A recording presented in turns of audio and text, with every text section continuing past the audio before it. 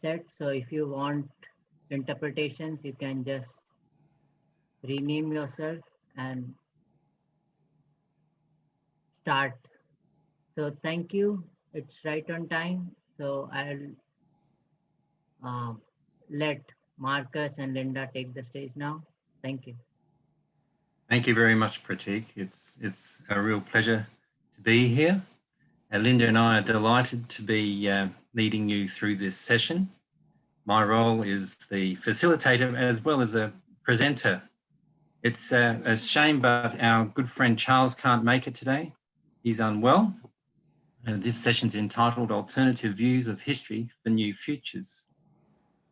I'm going to introduce Charles first, as he's not here, and I'll do that more formally, and then I will introduce the presenters one after the other as a matter of course, but I'll introduce myself less formally and Linda as well, because we are already familiar faces perhaps to some of you on this site. My good friend and colleague Justin Hewson is still asleep, I would hope, because it's very early in his part of the world, so I will introduce him as well.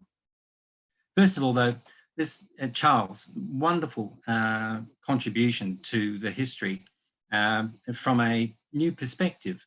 Charles Paprocki is the author of a 5-volume history of Western civilization called The Untold Story of Western Civilization. The history is part of a trilogy called History, Ideology and Revolution. He has been a political and community activist his entire life. During this time, he has spent many years working with troubled teenagers, prison inmates, welfare recipients, and migrant workers in the human services system. He has owned a graphics and advertising agency in New York City, where he combined his skill and knowledge to create social marketing campaigns. He was one of the core leaders to create the Universal Pre-K program in the New York State and the local food movement in Illinois. His last work was to manage an organic farm in Southern Illinois. He's consulted with international NGOs on management strategies and participated in the Earth Summit in Brazil and the Social Summit in Denmark. He is now retired and living in Carbondale, Illinois. He is a volunteer with the Carbondale Spring Food Authority project.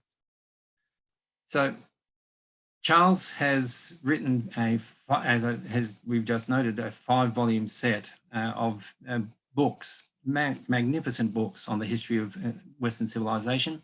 I will be going through some of his contributions following this introductory process.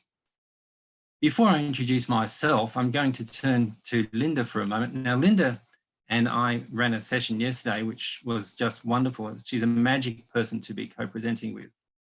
And Linda is a certified K-8 teacher and holds an MS in counselling with K-12 certification. Now, all of this can be actually found on the website. So I thought, because Linda and I are here personally, we could actually give a snapshot of what we've been up to in our rich lives, rather than just reading to you. So Linda, I'm going to turn to you if you don't mind. I'm putting you on the spot because you weren't expecting this.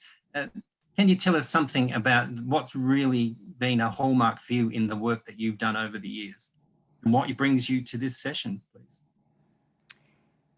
Well, I spent many decades actually in a inner city magnet school in New Haven, Connecticut, as a teacher and then a counselor. And towards the school population shifted through the years, and towards the end, many years, probably a decade, the population of students that were there had experienced a tremendous amount of transgenerational trauma. A lot of the students' parents were incarcerated, involved in gang activity. And as a school counselor, I really kind of reached out to all different modalities to try to support the whole system, not just the students and the parents, but the teachers. And I got systemic facilitator constellation training, quite a bit of it, and there's a systemic education arm of systemic constellation work, which started in England and has moved all around the world in South Africa, and I went and collaborated with them, and then they supported me bringing that into the school, and I really found it was so aligned with neo-humanistic inner and outer ecology and teacher development.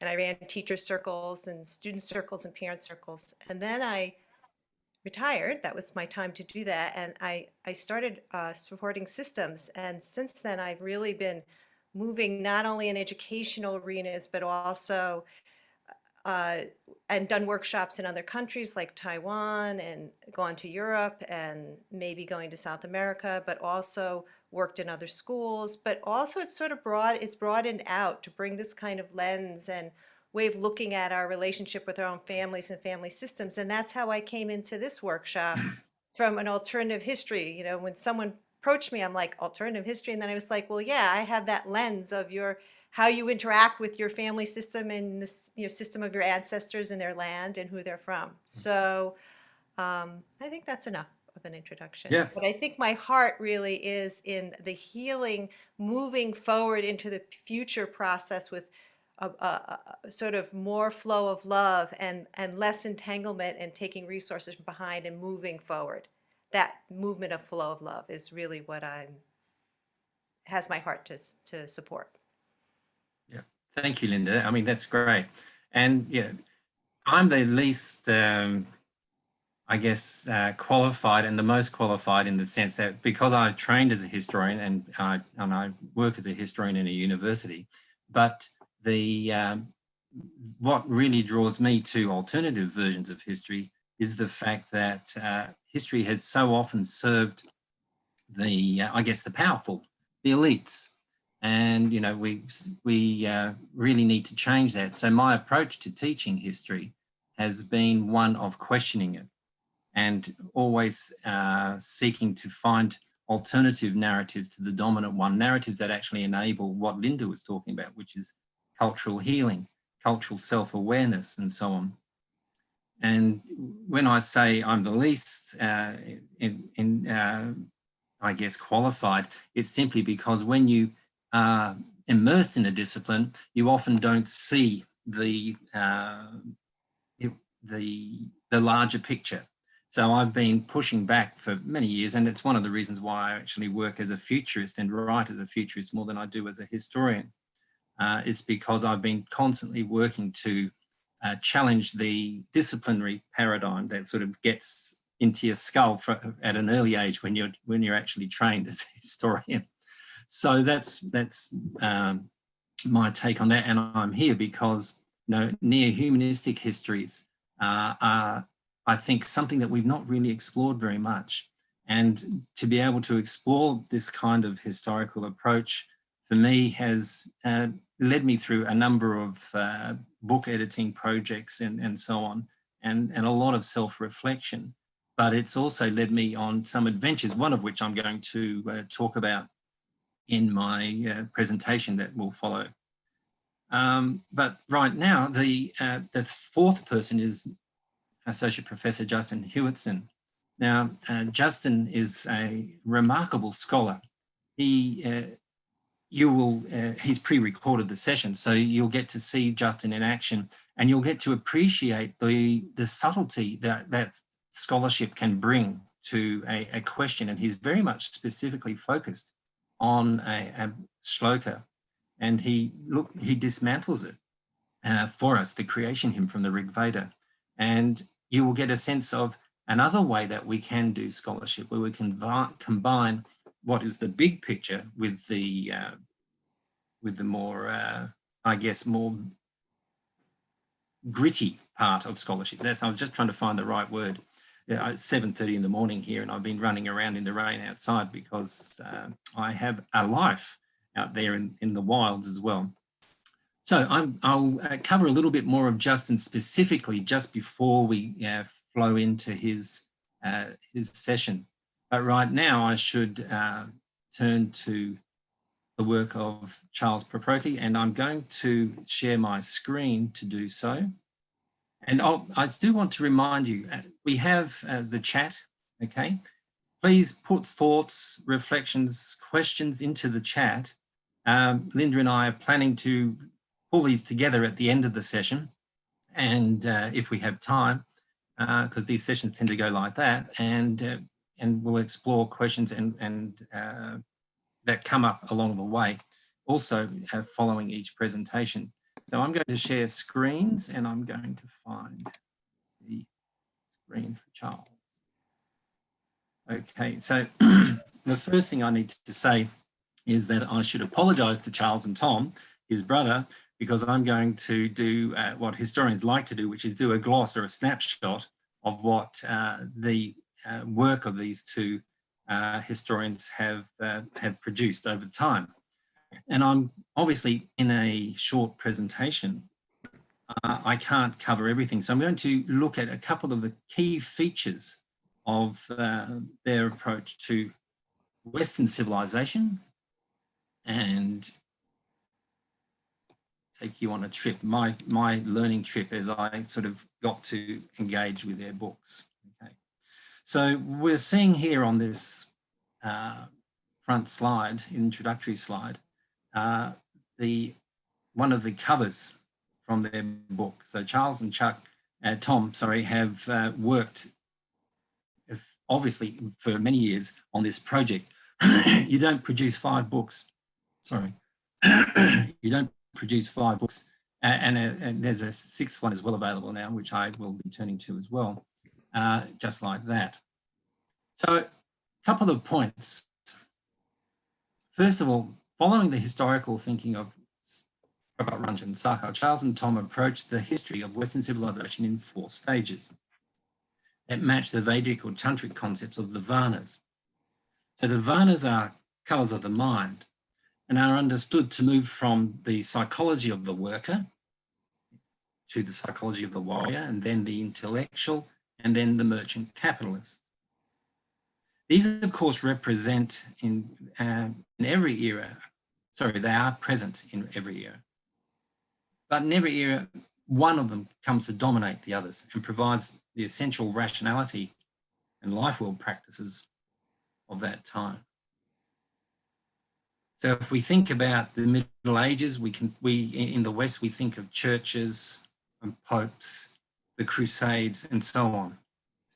So we're thinking there of a period where the intellectuals, represented by the church leaders, they're the ones that made sense of the world around for everyone. The warriors were obviously holding power as well, and the merchants were doing quite mercantile things, because the Middle Ages in Europe was a period when money started to run into what we'd call Western Europe. So for the Prokopis, their argument is that each dominant psychology is an ideology, and that's an important thing to understand. Sarkar himself uses the term ideology. He describes life as an ideological flow, and ideology is the system or the worldview that makes sense of everything for all of us. We live in a late capitalist period where the ideologies of capitalism are framed because it's obvious, looking at the weather, looking at COVID, looking at the financial instabilities across the planet and so on, looking at the political decay of democracies and so on as well, that this ideology is under pressure and it's likely, or it's being forced to actually transform. So they offer us, because of this, an idealist approach to historical change. So in this sense, we could say that they're macro historians. A macro historian, as the term might suggest, is a historian who sees the absolute biggest picture of all and is looking for the patterns in the past. Historians who can see the past as a pattern that makes sense of human history. So Karl Marx saw, the workers and class processes at work across history. Arnold Toynbee saw the rise and fall of civilizations. Riane Eisler saw a shift between dominator forms, which could be called patriarchy, and collaborative forms, which we could perhaps call matriarchy. But she didn't want to use the patriarchy and matriarchy because they're too dialectical. One was more about domination and the other was more about partnership. Prabhat-Ranjan Sarkar, his way of looking at history was through the Varnas, the rise and fall of different social psychologies over the history of a place, a site, or the entire planet for that matter. And this is where the books are shaped around these Varnas that the Proprokis have given us. This is another book, the book that I won't be touching on so much, but I will be drawing on elements of it in order to illustrate some of the thinking behind their work. So what we have is 5 books. Okay, you can see there, volume 1. I've got them mixed up, by the way. I didn't check that. Volume 1 is at the top right. Okay, and it's a history of the mothers and matriarchy. It moves, so that's the period of the worker, or Sarkar used the term Shudra, okay, which would be familiar to any body who has read Indian philosophical and Vedic history. Then they move to the Kshatriyan period, the warrior period. So volume 2 is about warriors. And remember, they're focusing on the West. They're not trying to do an entire history of the planet, a world history, you might call it. This is a history of the West. It's an untold story, looked at by this particular lens. We dropped down again, sorry about that. The age of intellectuals and the priests, which are is the 3rd phase. So we've gone from worker or Shudra, the mothers and matriarchy, through to the warrior, onto the worker that I've already touched, the intellectual that I've already touched on, related to the Middle Ages, and finally to the emergence of capitalism and the age of the merchant capitalists, okay? And they very much associate this phase with the emergence of Protestantism in the West and a new way of looking at reality, which ultimately led to the emergence of industrial civilization from 1750 on. They added a 5th volume because they really wanted to understand and use America as a way of making sense of what happened to capitalism over a period of time. So over a number of centuries, we ended up essentially in the bloodbaths of the first half of the 20th century. So and this volume, the 5th volume, is actually 890 pages or something like that. It's an extraordinarily dense and thoughtful piece of work. So they're trying to make sense of that. I guess you could say the historical narrative, the historical drivers that led to the world that we are living in today. Historians are always doing this. Historians are looking at, I guess, trying to diagnose the situations in which they find themselves. History is not written just for the pleasure of writing about the past. It's actually written to try and make sense of the world we live in today. In simple histories, that might be taking the histories of kings and queens and great battles and so on. But, you know, or offering us exemplary people from the past, exemplars that are militaristic or exemplars that are intellectual, artistic, so on. So think Leonardo da Vinci, think Hildegard of Bingen, or the British Queen Boudica, who rebelled against the Romans, for instance. These are exemplars for certain kinds of qualities that a period might really want to honour and make manifest for young people to follow. So they set them up as examples. So these are sections now from from the book on ideology with Prabhat Pranjan Sarkar's face on it. So I'm going to read them to you. Presently, they say, we face a civilizational crisis like nothing human beings have ever experienced. It is the carrier wave of all crises. It is more than a political economic crisis. It is more than an economic environmental crisis. It is more than a religious and interpersonal crisis. It is more than a personal crisis. It is all of these and more. It is the rapid crumbling of Western civilization. So they're providing us with this wake-up call, and the whole purpose behind the driving logic behind their historical work is both to advocate for an alternative, which is the neo-humanistic vision of a society that is more balanced, is more relational in nature, and also to offer us a diagnosis. So, a couple of key points. Without a universal ideology, which is supplied by neo-humanism, we continue to move closer to the brink of catastrophe and away from our dream of a benevolent future for our children. They also point out there is nothing inherently wrong with rituals and stories so long as they do not divide and exploit people by placing one gender or a race or class or nation above another. But unfortunately, they say, all religions have done this. Okay? So they're particularly keen to look at the ideological frameworks often provided by religion to that make sense of the world that we live in and can justify the supremacy of a gender, one gender over another, one race over another, the class domination. They left out the word caste, but we could add it there. I'll add caste, but of course they're writing in the Western context. One nation over another, and so on. So these are important points. They offer us 4 tenets of capitalism, and I think this was really a very helpful way of looking at capitalism, in fact. Tenet 1 is that the religious justification of their own superiority is based in Calvinism or a Protestant work ethic, as it was called by Max Weber earlier in the century. The racist justification for their right to colonize and exploit other peoples, that the Western society had a right to take over less developed societies because this was part of bringing them into the story of progress. Then they offer us an evolutionary justification for their exploitation of their fellow men, which was social Darwinism, which is taking Darwin's evolutionary theory but applying it to justify the exploitation of so-called less developed or less advanced societies. Final point was that the righteousness of limitless profit-making, which they call classical liberalism, and the righteousness of unlimited consumption of the Earth's species and resources.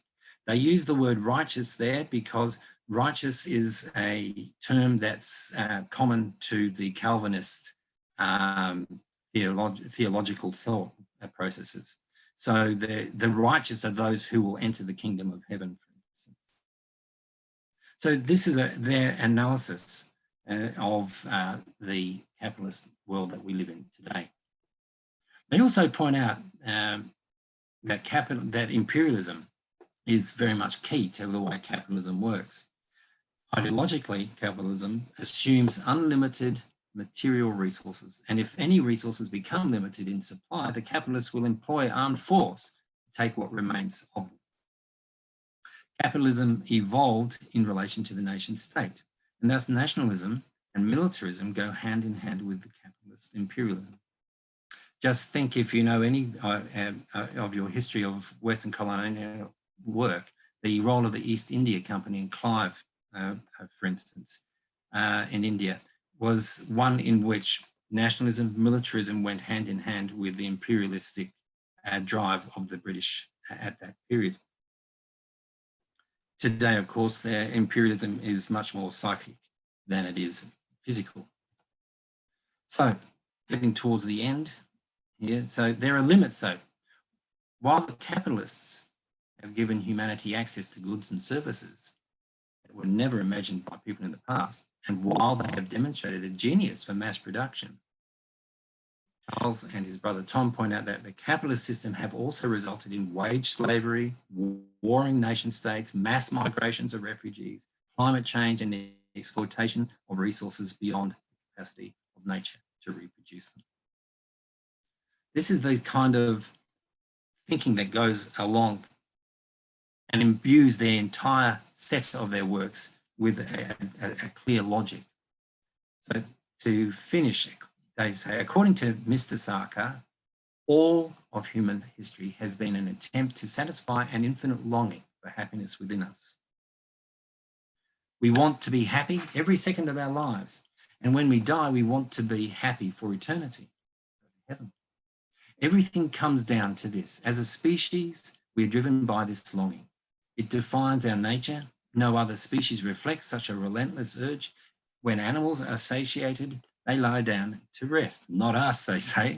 We always want more. So they're picking up on Sarkar's own very clear articulation that there is this longing for the great.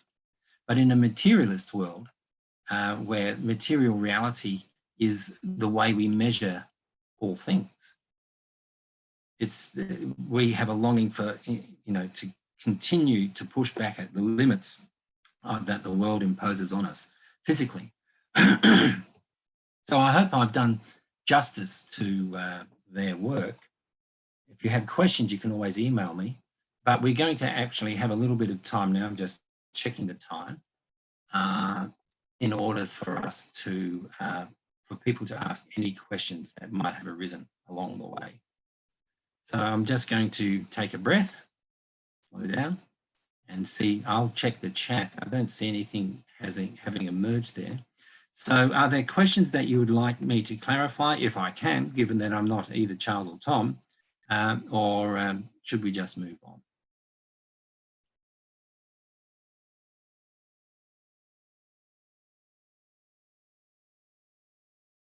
It's a very quiet world out there. What do you think, Linda? Shall I keep trucking along? Well, I just think a question some people might have is, where are these books available? It's a good point. And they actually, I've had to track them down through multiple sources.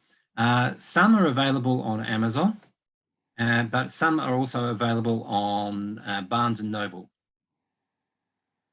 And Booktopia, I found one of the books there as well. Oh, thank you. Someone said it was an excellent review of their work. Well, I'm hoping that I don't get some flack for taking the liberty for reviewing such a large chunk of work. I mean, it really is so impressive, the work they've done. There is another comment in about said, would you please, there's something else. It says, please address racism. Oh, yes, I see that one. Conspiracy theory. Okay, so they're good questions, actually. From the perspective of their approach to history, racism is easily understood as a tool to breed or instill inferiority complex in subject peoples, so that it is easier for the capitalists to exploit them. During the idealist period of the Middle Ages, for instance, they don't deal with racism because it wasn't really present. What was present in the idealist period or the intellectual period, let's say in the Crusades, was a sense of superiority because one's ideology, one's faith, defined whether one was right or not. So being a Christian was inherently made you better than Jews or better than Muslim. Okay, so racism is something that came about, arose as we started to exploit native peoples, the bringing of 5 million or more Africans to America, leading to the African American population in both South and North America today, and so on. I can see another question from Sid, but I'll deal with the conspiracy theories as well. Conspiracy theories are a response to what you would call capitalism's control over the public sphere. So it's a response where, rather than looking to, I guess, a coherent philosophy, people turn to questioning the validity and veracity of certain assertions upon which the dominant capitalist order is based. So they will challenge the science around moon landings or whether the Earth is flat or not, because it gives people a capacity to feel that they have some control over their own lives and the thinking, the internal lives, because they recognize very clearly that our thinking and our thought processes are colonized by dominant capitalist logic, and they're seeking a way out. To deal with, where was it? Did they see capitalism inherently bad or defective? Okay, they saw it as the culmination point of that drive to for acquisition, for happiness, that longing for the great. That last quote that I presented you with, I think, sums it up very elegantly. That in the logic of their books is that all human Varnas, whether it be the work of Varna, psychology, I'll call it psychology rather than Varna, the worker psychology, the warrior psychology, the intellectual psychology, and the capitalist or acquisitor psychology are all driven by a vision of what it is that will satisfy that longing for the great. I hope that does that some justice. Lokeshvari, how can we stop seeing religion as a division? I think people even within religion have been keenly aware that there's a need for dialogue. The ecumenical movement that arose at the beginning of the 20th century, even the late 19th century, began processes of thoughtful religious leaders seeking to embrace the thinking and find what was common as opposed to what was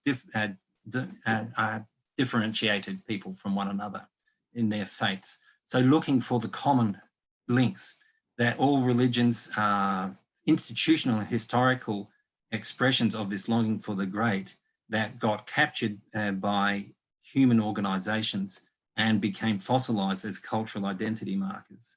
I'm hoping I'm not going too far there, but because this is something that I have to teach. So I can actually go into the lecture mode rather than sort of engaging. So if I do slip into that occasionally, forgive me. Amazing. Can you address about the issue of rise and fall of civilization? Yeah.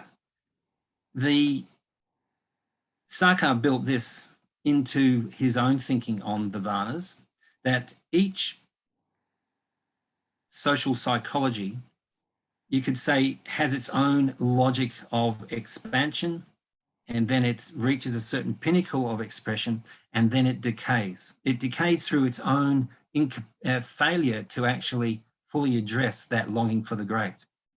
So we have the rise of, let's say during, I'm going to leave the workers out,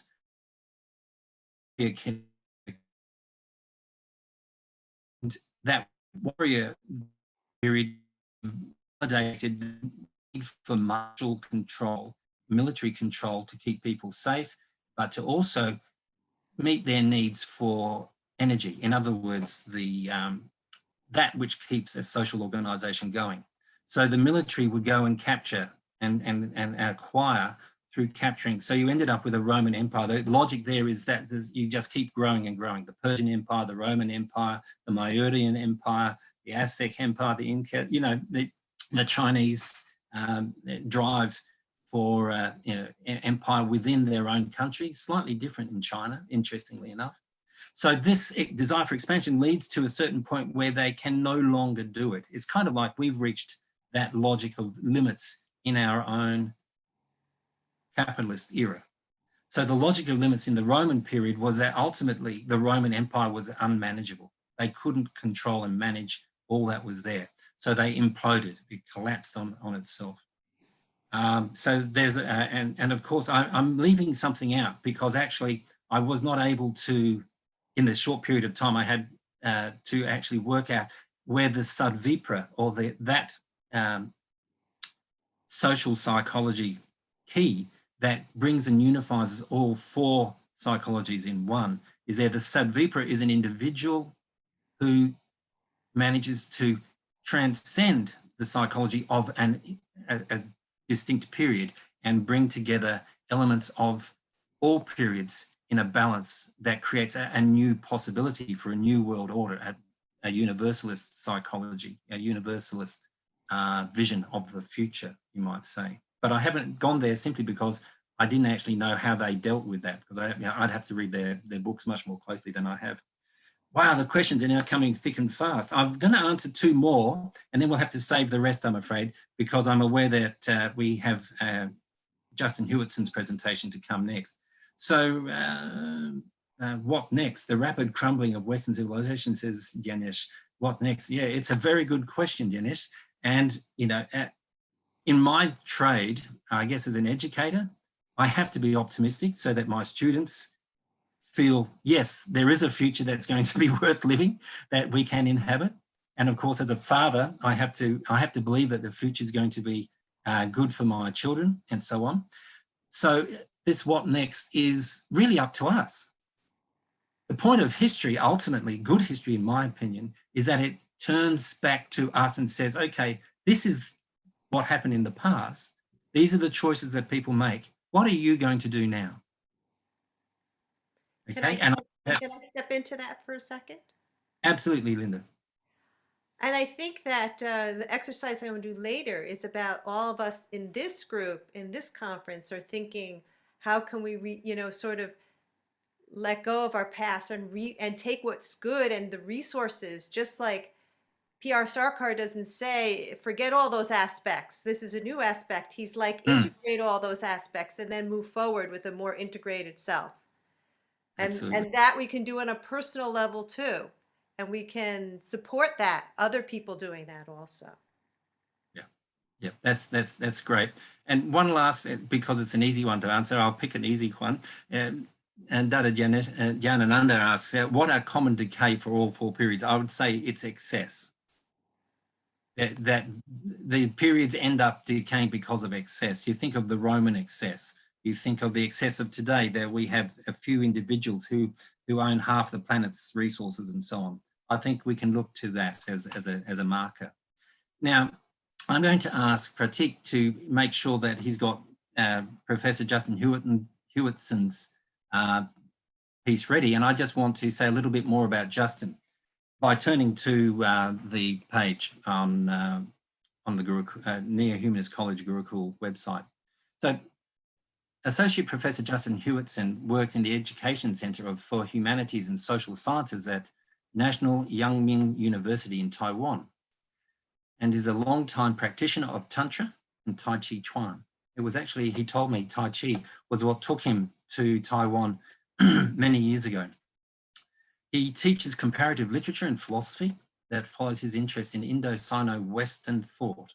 I want to say on a personal note that Justin is fluent in Mandarin Chinese, and he teaches in that language, and he's also very proficient in Sanskrit. So he's published a number of works that covering Husserl's phenomenology, which is the embodiment, and contrasting that with Prabhat Ranjan Sarkar's Tantra, comparative continental philosophy. He's also looked at American transcendentalism and romanticism, Indian spirituality and mediating suffering, and on Yate Anil's The Ghost. Anil's Ghost is a fantastic novel if you haven't read it. He's also got two forthcoming book chapters coming out, one dealing with Tantra of Shiva Tantra, the history of Shiva Tantra, and the other one that deconstructs happiness, which I think is fantastic, in the Peterson-Zizek debate vis-a-vis Christianity and Tantra. He's an all-round awesome scholar, in my opinion, and I'm going to hand it over now to Pratik to share a 25-minute video from Justin, who apologizes for not being here.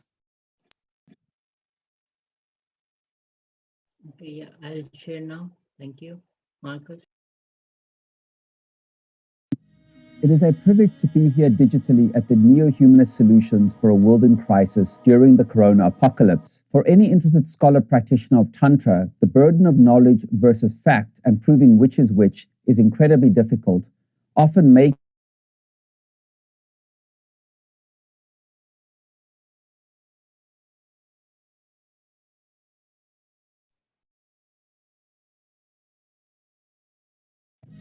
It is a privilege to be here digitally at the Neo-Humanist Solutions for a World in Crisis during the Corona apocalypse. For any interested scholar practitioner of Tantra, the burden of knowledge versus fact and proving which is incredibly difficult, often making or breaking academic careers.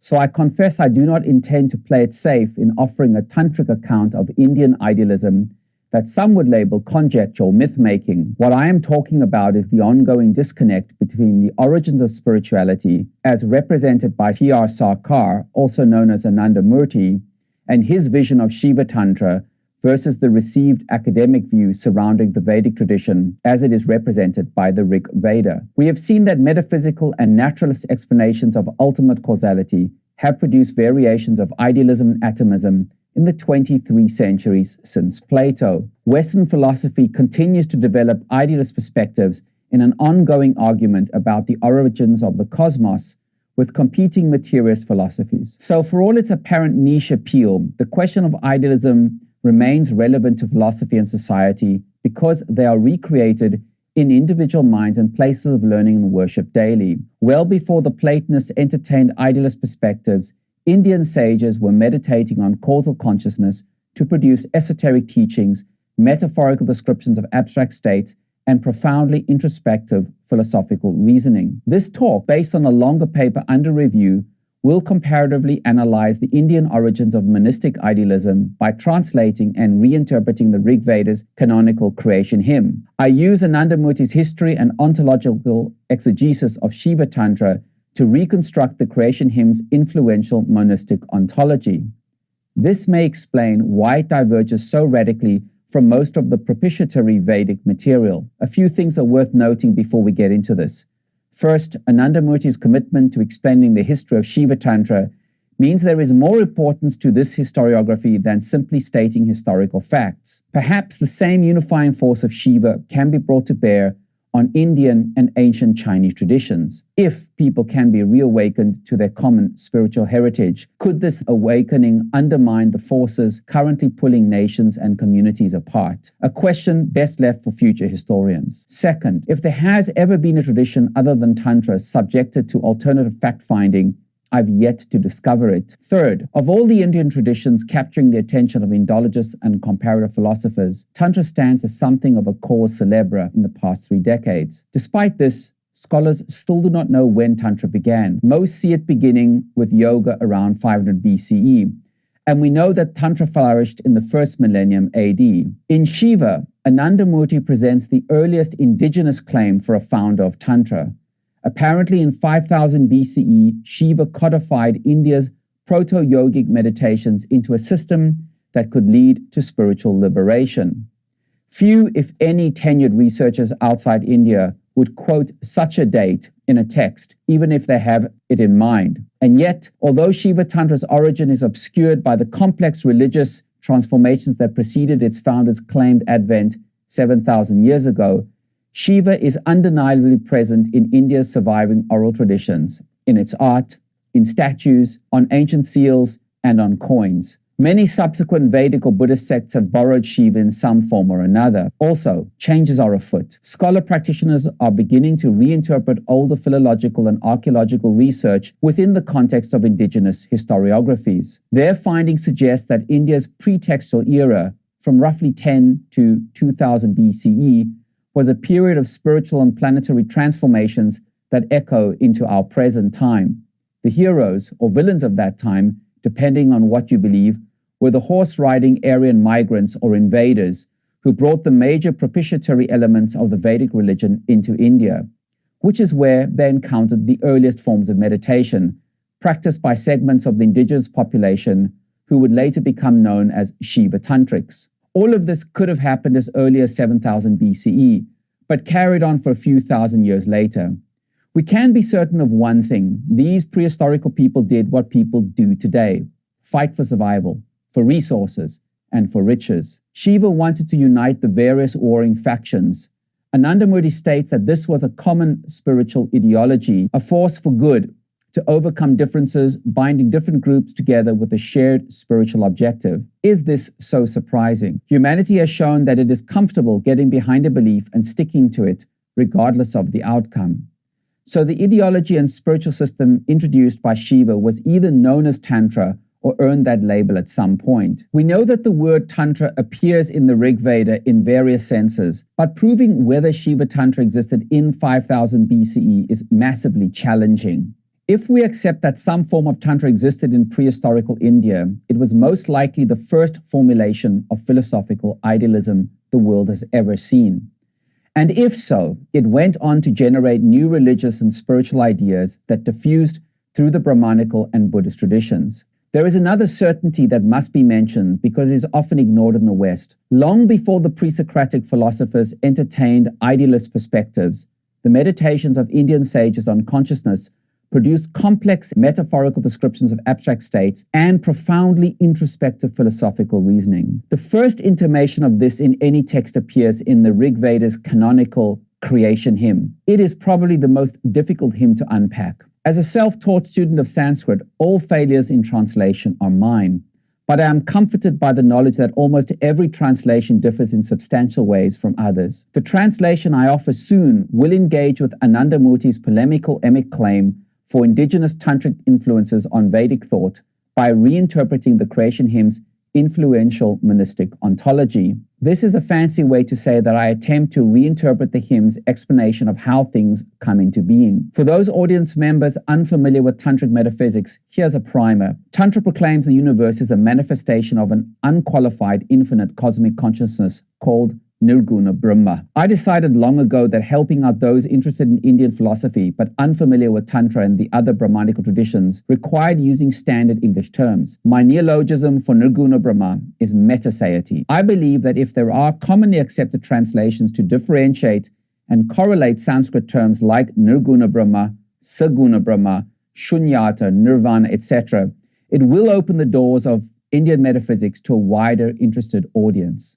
Moreover, appropriate definitions are the basis of all knowledge. Why not attempt to do the same for India's spiritual metaphysics? So when I interpret the creation hymn, I use meta-satiety for cosmic consciousness, asatiety for cosmic mind, which is essentially the mind of God as the aggregate of awareness of all existing entities. Asatiety is the first slightly qualified emanation of meta-satiety and is thus a bridge between human consciousness and meta-satiety. Finally, ipsatiety is the purest form of human consciousness that witnesses all our mental activity. As a reminder, Anandamurti's tantric terminology for these terms, amongst others, is Nirguna Brahma, Saguna Brahma, and Atman. Now, back to the creation hymn and tantric meditation. For Anandamurti, the systematic practice of meditation begins with Shiva, although it may have existed in some proto-forms before him. We do not know when humans first started poking around inside their own minds to figure out what was what. But by the time of the composition of the Rig Veda, which we have seen is indeed very, very old, these proddings had become sophisticated questions about the nature of existence. They were so important that for millennia they became sacred material passed from teacher to student in a chain connecting us to a prehistorical time of intellectual and spiritual exploration that might have no second. In this regard, the extant Rig Veda and the subsequent Vedas demonstrate a peculiar mixture of ceremonial Sanskrit and esoteric content, indicative of their entangled yet widely misunderstood roots. This is partially because the Rig Veda's polyvalent Sanskrit has esoteric content that makes all translations highly interpretive. Yet roughly 99% of this, India's most ancient text, basically involves supplications. They were either asking for increased wealth, success in battle, or protection from the elements. Almost at the tail end of all these prayers for fortune, we encounter the abstract and remarkably confusing Nasadiya Sukta, hymn 129, that appears in the 10th mandala or book. It has been called the creation hymn for good reason, as it is the first ontological exploration of meta-satiety from my reading, and stands as the first piece of indirect evidence that the Vedic religion may have absorbed tantric philosophy. It is so remarkably distinct from the preceding 1,000 hymns that we are hard-pressed to explain its differences without looking towards non-Vedic influences. This is precisely what Anandamurti says happened.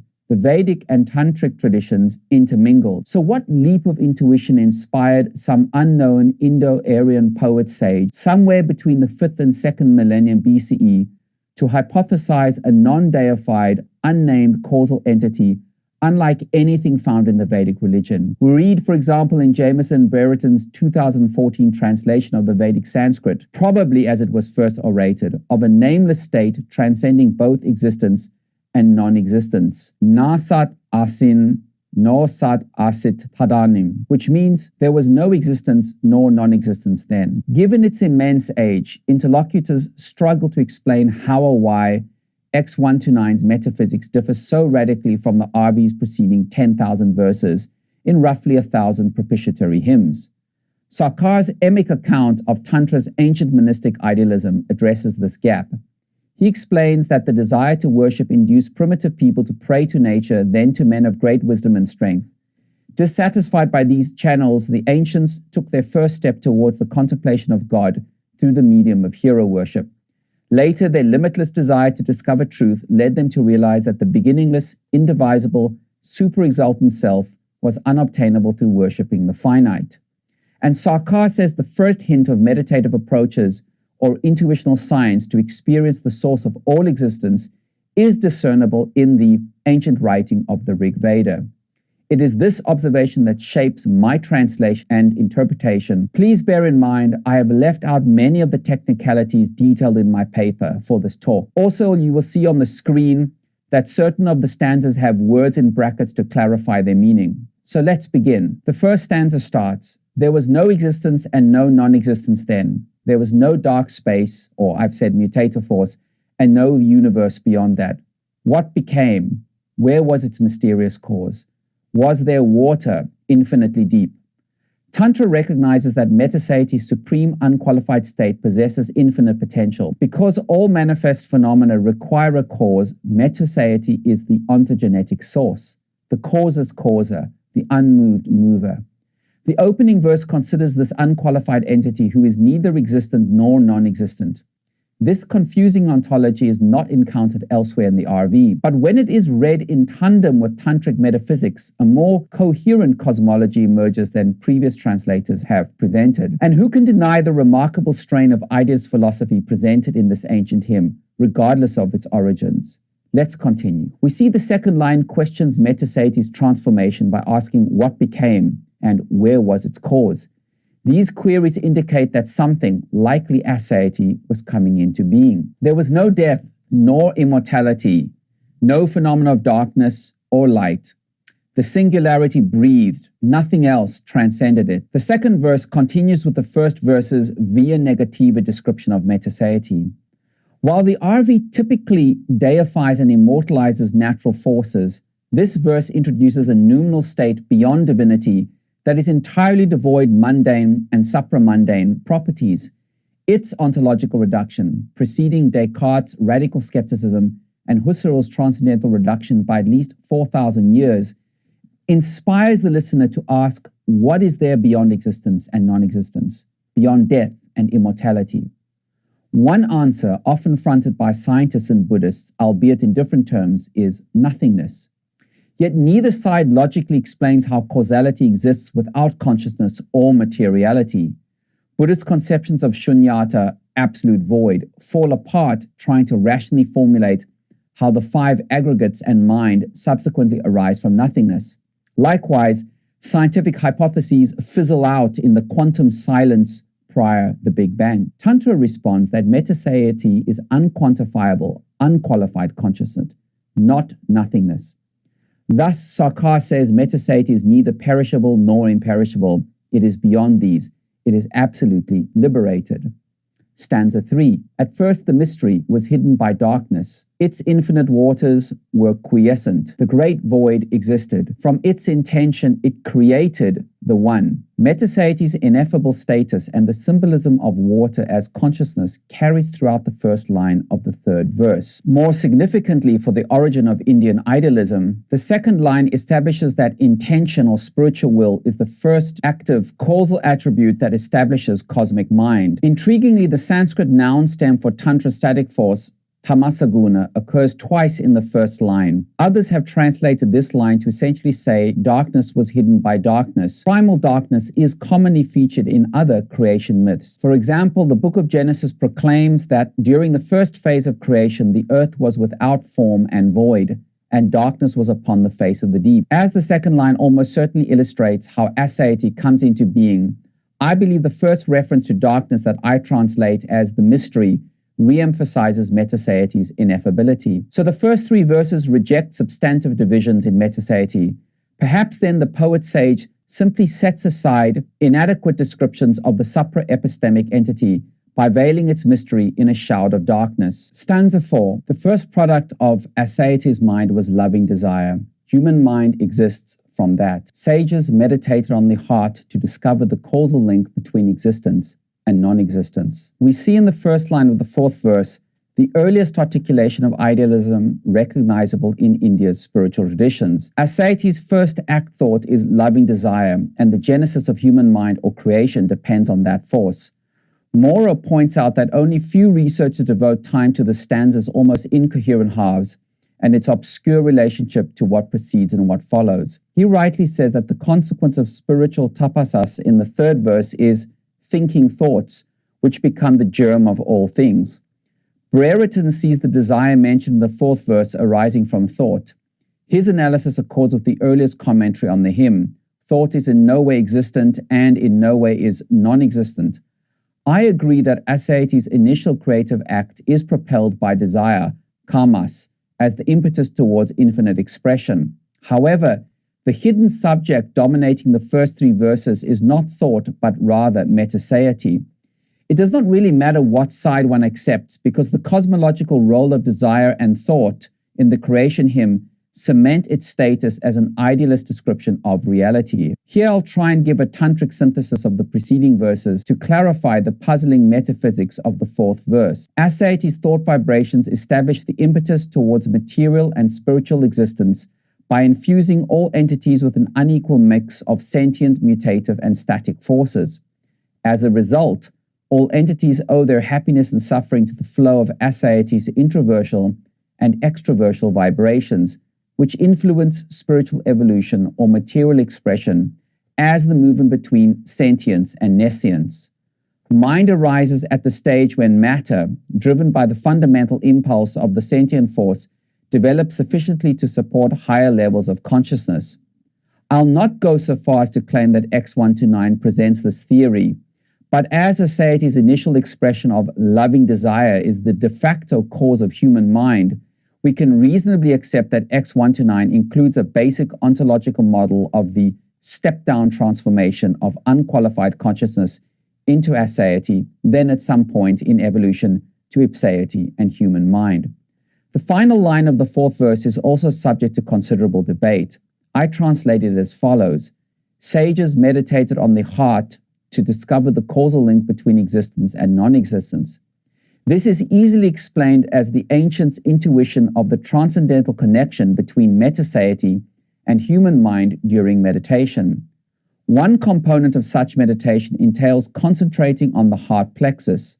I don't think it's necessary to distinguish between heart and mind in this sentence, for they serve the same purpose, supporting the meditative experience described by the fifth stanza. There, or the sage's cord of light extended across the void, mindless of up or down. There was infinite potentiality and causality. There was independent thought below and infinite surrender beyond. Many scholars consider the fifth verse the most perplexing. It is almost unintelligible without spiritual context. It begins by describing a spiritual method that empowers the sage to move between immanence and transcendence. The sage's enigmatic cord of light that extends across the void symbolizes the concentrated flow of mind towards metaseity, enabling the meditator to enter spiritual trance. Furthermore, references to cords or thread abound in almost every academic analysis of the term tantra. The Sanskrit verb tan means to expand, and it literally denotes anything that can be stretched or extended like threads on a loom.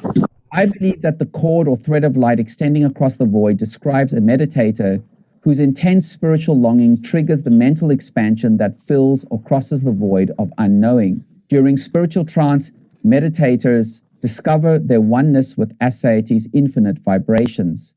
This is the spiritual equivalent to quantum entanglement, as there is no difference between the center and the periphery.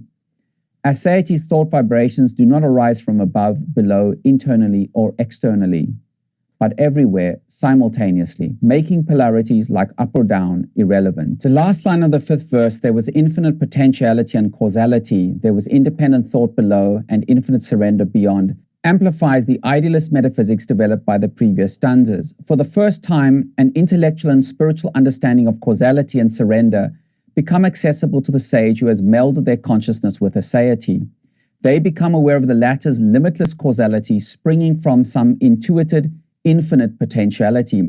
This macrocosmic view flows through the intuition that independent thought is the cause of microcosmic existence and that liberation is possible. Cosmos es limitado a comparación de el macrocosmos.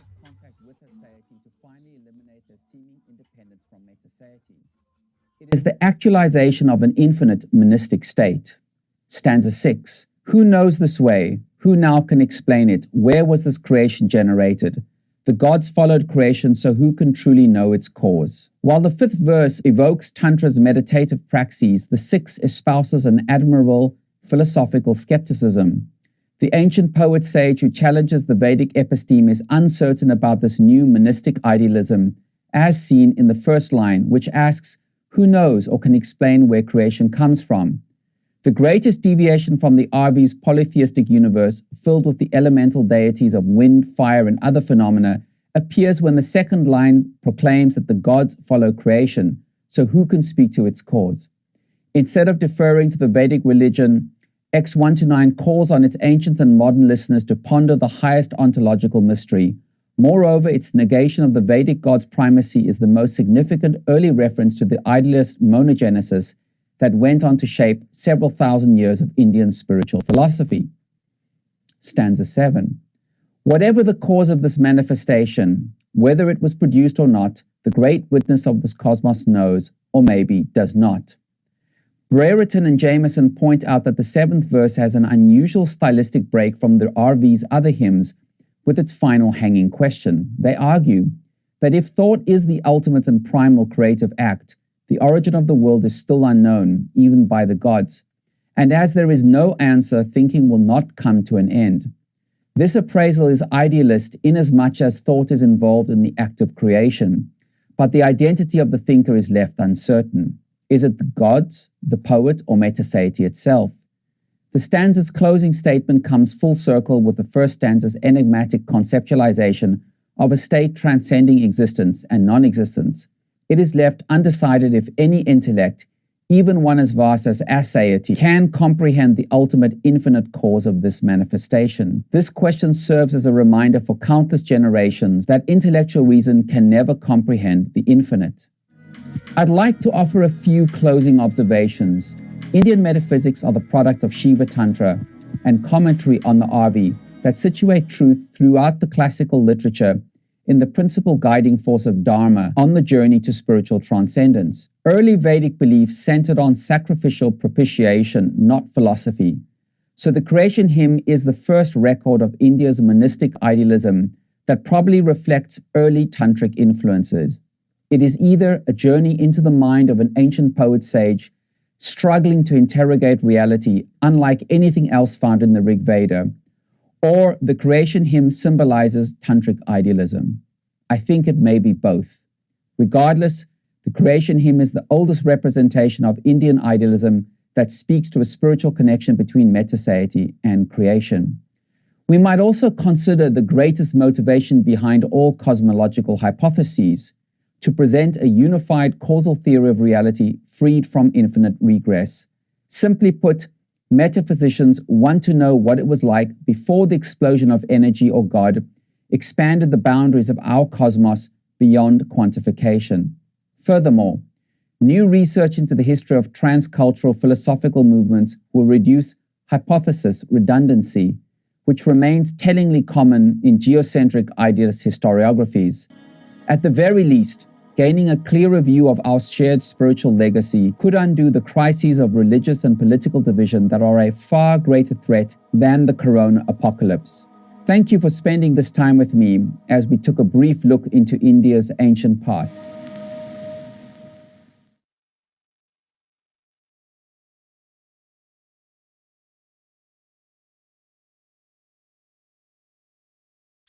So,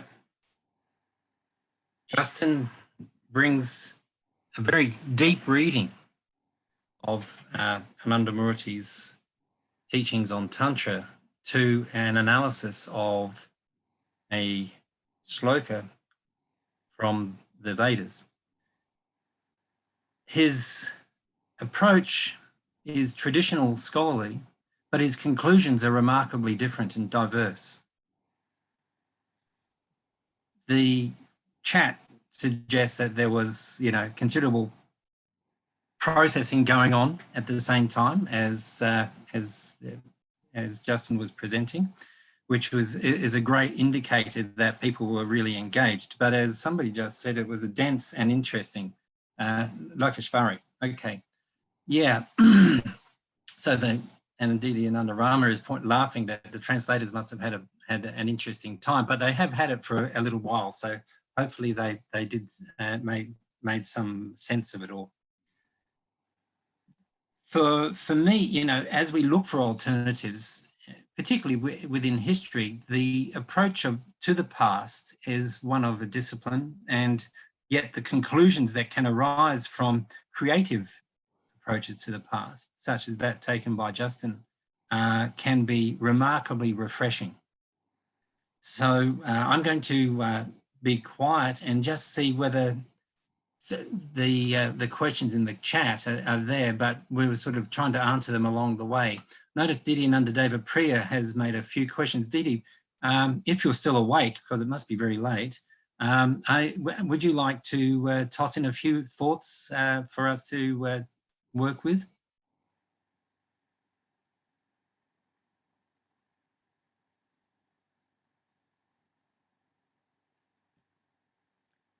Are you asking her to unmute? I don't know if she can do that. Yeah. Not a co-host. Pratik, can people be given, all collectively be unmuted so that they can contribute if they need to, please? Okay. Sure. Now everyone can unmute themselves, but request all to just try go one at a time.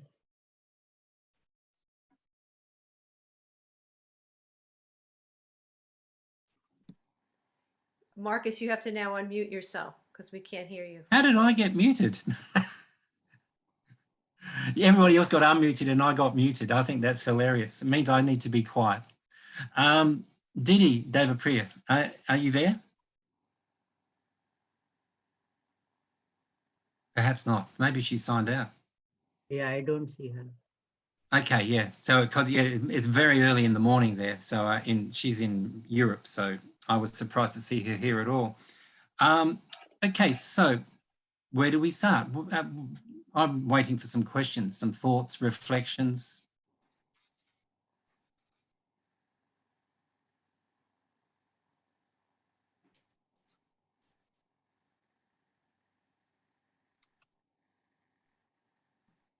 Maybe you just need time to digest and sort of recover.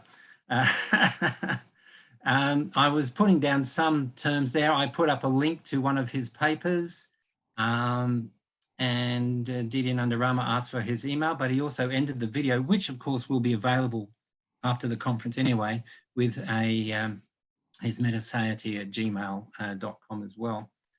I might move on then, and if people don't have anything to say right now, and I will talk about my thoughts on alternatives in history, and then that will give you a chance to sort of breathe in and breathe out, and we'll take it from there. Hey, I don't have any naysayers. I like that term, naysayers. Okay, so over to me. Let's find this one.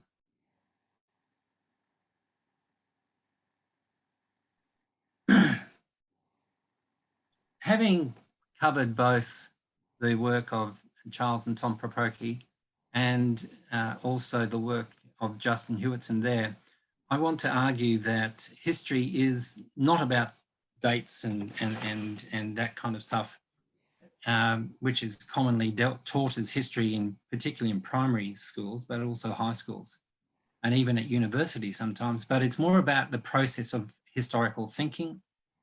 And I want to use an example that from my own work as a way of illustrating that.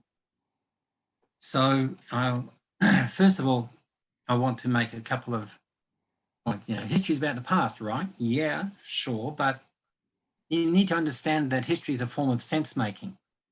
You can see that the Properties were sense making. How do we get this Western civilization? And they went through the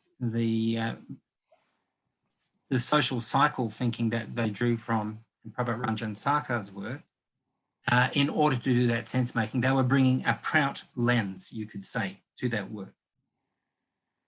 In Justin's case, he was bringing a linguist and philosopher's lens to the sense making around what he called monistic idealism, That means the idealism of one consciousness behind everything else. That we are all expressions of one infinite supreme consciousness. That's what he meant by that term. So he's making sense of something that is a historical piece of data, the shloka from the Rig Veda, and yet he's not doing it just because he loves looking at things from the past. He's looking at it because history functions as a way of sense making in the present, and it also unleashes possible futures. His concluding remarks were very pertinent in that regard. He was saying that he talked about the corona apocalypse, but he said the greater apocalypse, the apocalypse sitting behind that, is the failure of human beings to come to understand one another from different ideological perspectives. The failure of human beings to engage collectively and collaboratively in building a future that's going to be worth living in. So that was his conclusion, and he got all of that from looking at a shloka that could possibly be as old as 7,000-8,000 years, if not older. So in the opening invitation that we had for this session, I quoted John Tosh's remarkable pithy statement, "History is an inventory of alternatives." So when we look at the past and we can approach the past in a generalist sense, which is what the Poprokis did, or in a scholarly sense, which Justin did, and either way, we are bringing interpretive lenses to it, which is saying, okay, if we read history this way, how do we understand what is happening now and what is going to happen into the future? One of the things that stood out very clearly in the chat was looking at, well, what does it mean to be in civilizational crisis? What does it mean to be perhaps witnessing the end of Western civilization as we know it? What are the indicators? How can we see what's happening around us? And somebody, I forget who it was, put up the fact that the social cycle processes speed up. Okay, so we are living in a time where time itself has been compressed and is collapsing, it's fragmenting in all sorts of ways, and people are experiencing that in a sense of disorientation.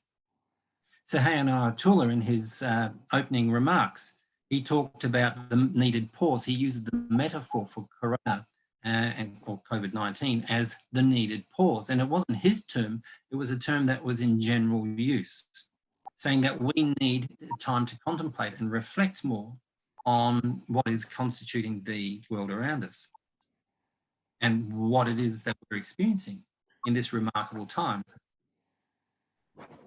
So an inventory of alternatives then means, well, we can look at the past and we can see different people in different cultures at different times wrestling with often the very same questions that we are.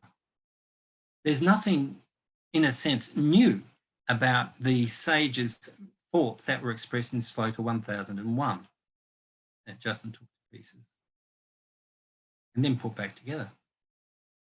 Those questions about what does it all mean? Where do we come from? How did it all start? Where are we going? What is the deeper story behind this phenomenal universe that we were witnessing? All of these things are questions that are being asked again and again. So part of this then means that we have to look at tradition and the role of traditions in shaping our sense making. We have to, in my work, I have to challenge students and colleagues to stretch their understanding of history from a chronological sort of list of good and bad guys, okay, to one of human beings doing things in relation to others, and also the more than human world that we live in. I created a course on environmental history and have been working very much on the environmental humanities, for instance, in my own university. It also requires something else. History expands this narrative as we go through it to help us reflect critically on the past and move from traditional history and exemplary history, which I've already mentioned. Traditional is those historical narratives. In Australia, the white colonisation of Australia was bringing enlightenment to what was called terra nullius at the time, an empty land. Okay, the Aboriginals weren't seen as a culture, as a civilization. That's traditional history. Exemplary history is, okay, let's look at the people in our past that we can admire, or either for their incredible capacity for evil or for good, or for being eccentric or different. Somebody, as I mentioned, Leonardo da Vinci, for instance. Okay. So we need to move towards transformative history, and we can draw on our traditions to do that. We have to challenge, therefore, the frames that we inherit. We have to think about that. Because all historical perspectives, those presented by the Proproki and by Associate Professor Hewitson, they all represent certain frames that are helping us sense make. And if we only live in one or two frames, if we only have one or two frames, we're incredibly limited. So we have to challenge our inherited categories.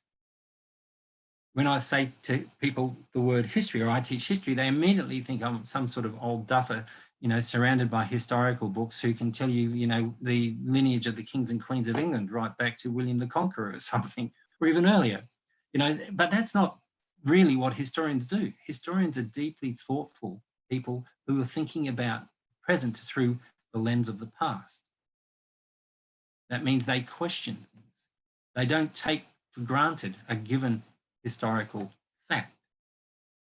Certainly there are historical facts, but those facts become part of stories that we tell, and it's the stories that provide the narrative logic, the logic that enforces a certain form of power, the ideology, in other words, of a dominant regime, for instance, capitalism. So we can see that the Proproki of the history of Western civilization through the frame of the Varnas. They brought a new frame and have done extensive research using that new frame to order and organize their material. My question is, well, what happens if we use neo-humanism as a frame, that universal ideology that Sri Sarkar talked about, but also that the Proprokis mentioned? A universal ideology like neo-humanism. What kind of history can we do and come up with? Well, about 2 years ago, I got an email from a group of people working in Timor-Leste, or East Timor, on the 25 years of history of the resistance of East Timor to Indonesian colonial aggression. And they wanted to look at, well, what could neo-human historiography bring to this question? It really surprised me, of course, because they had somehow read an essay of mine, a chapter of mine in the book that I edited with Sahel Nayatullah, Ivana Milojevic, on neo-humanist educational futures. And Sahel and I had co-authored a chapter on neo-humanist historiography. And they flew me up there. I worked with them for a week, and it was a really stimulating experience. But I came up with a kind of set of principles which are captured here. So first of all, neo-humanist historical theory offers us an ideal. It's a history, I think, that fundamentally helps us or works towards us expanding our capacity to love the world around us. It helps us see and feel connections. It's my interest in environmental humanities, for instance. This love makes sense of suffering and sacrifice. Because in East Timor, for instance, they have their exemplary historical figures, people who died martyred for in the resistance to Indonesian aggression. It also needs to supply a sense of history that inspires and guides, that releases some of the trauma that Linda is going to be working on, that helps the East Timorese who are deeply traumatized. You can feel it, especially when I was in a room of people who were all collating this history, and they had all been tortured and by the Indonesians at different times. But it also provides us with a set of principles. This longing for the great, longing for happiness, however you want to frame it, but this longing is sitting very much in the depth of the soul of the East Timorese approach to this past. They want to push back at the limits of trauma. They want to understand their sentiments, their socio and geo sentiments for their land in a broader frame. We've got the social cycle that the Propokis have been using to unpack Western civilization. And we've also got the concept of the Savipra, the enlightened leader. There are certain characters in the East Timor story that could take that role, okay?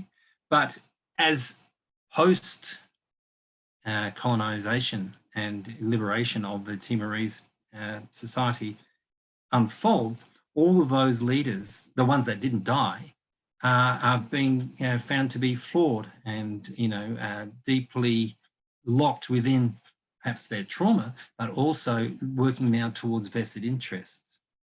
So it's quite fragmented politically because those leaders are no longer the darling gods of resistance, but they have to live in the real world and manage the real world stuff.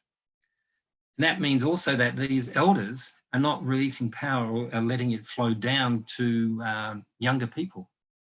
There are younger people waiting, itching to get their hands on more leadership and so on. And they're they're there and they're coming up, but there's a very clear divide between those who fought and resisted as true soldiers and patriots and heroes, and those who came after, have been born in the last years of Indonesian occupation or even younger, perhaps 19, 20, 21 years old.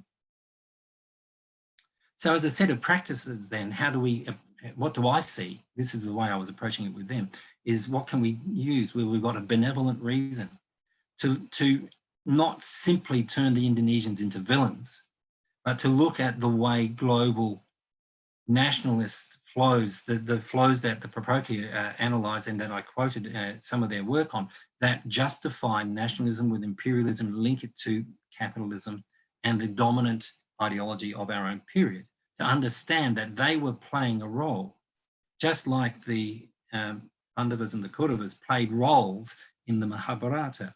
Okay? That truth needs to be benevolent, that we need to be very aware of Satya and its role in the telling of the truth of the past. What happened, we need to be evidence driven.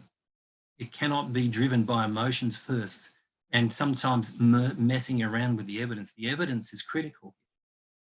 And also, how do we look at the questions of quality of relationships? Because East Timor was not simply a human catastrophe, it was also a natural catastrophe.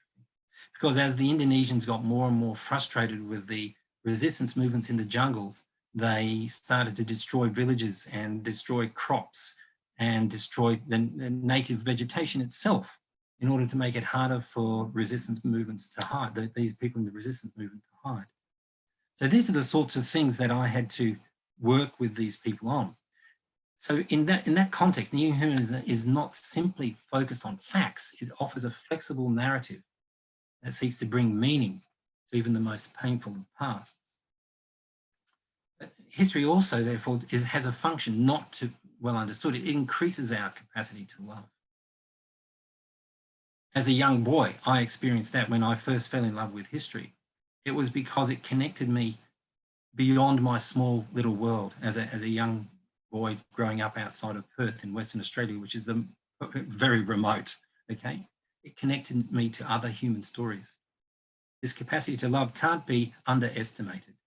You can feel the love in the work of Justin Hewitson. You can feel the love and the deep drive to understand in the work of Charles and Tom Propoki. It's there. No one would spend years fossicking around in dusty old archives or wherever we go as historians if we didn't love what we do. In the context of enormous death toll, then possibly up to a third of the population, and I would say that's not a conservative estimate, it is easy to focus on the heroic death of warriors in the resistance, that Khatri and that warrior psychology. But we forget then about the faceless men, women, children of both town and village who died, in their hundreds of thousands. And they died as part of a silent resistance to injustice and violence. Then we look then at the role of the Varnas and how trauma also paralyzes. Trauma has been part of all civilizational narratives. And it's what holds us back. How then can history help us deal with trauma? So if we're going to reread this history, most of the dead were the silent villager folk. They were what we would call the Shudra, the workers. Then we have the heroes who were the warriors who resisted valiantly and died valiantly for their troubles. We now have intellectuals, there's the historians, including myself, who write the history, and the poets who sing the songs. And the East Timorese have some wonderful poets. Jose Ramos Horta, famous resistance, and not a fighter because he took the fight outside of Indonesia, outside of East Timor to the west. So we have these people now. We're working to work out the stories, but this is all in the shadow, and it's actually hidden there in the shadow. It is this capitalist ideology that's there. Indonesia and Australia are still playing hardball to get their hands on as much of East Timor's natural gas and oil assets and so on. And there are also emergent local exploiters. What do we do about those? And what do we do when the warriors start becoming the exploiters?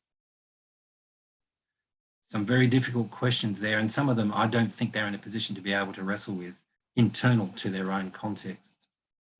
So we must remember also that nature has suffered from trauma, that the East Timorese landscape is scarred, just like their psychological and emotional and cultural landscape is scarred. So some big questions then for me as I end. Can historical work heal trauma? Well, that's for you, Linda. We'll be asking you shortly. I think it can, though. I would say not without linking it to other cultural shifts in which the future becomes the draw card, not the shadow of the past. So in other words, there needs to be some inherent optimism built into the history. Historians then need to engage with society in actively building honest, evidence-based narratives of the past, whilst working on the materialities of the present to seed new narratives of the future. East Timorese street art, absolutely wonderful. I went around and I've got heaps of images of this. This particular image, of course, is just beautiful, and it captures the young aspirations. Most of the street artists, of course, are probably under 25 years of age. This comes from a wall that was painted by a feminist East Timorese artists collective. And they were obviously seeking to challenge and rewrite the story. And that's all for me. So I will stop sharing screen and return to the main session. So has anybody been keeping an eye on? I'm not sure where we are with the chat, but it's question time. If you want to ask questions, this is the time to do it.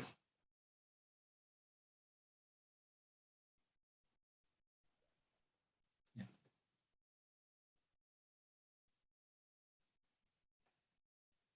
Looking at the time then, I think, Linda, we've got just over 30 minutes left for this session. We might go straight to you and invite you to take the helm.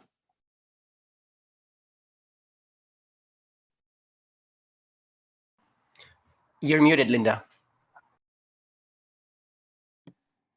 We've been listening a lot.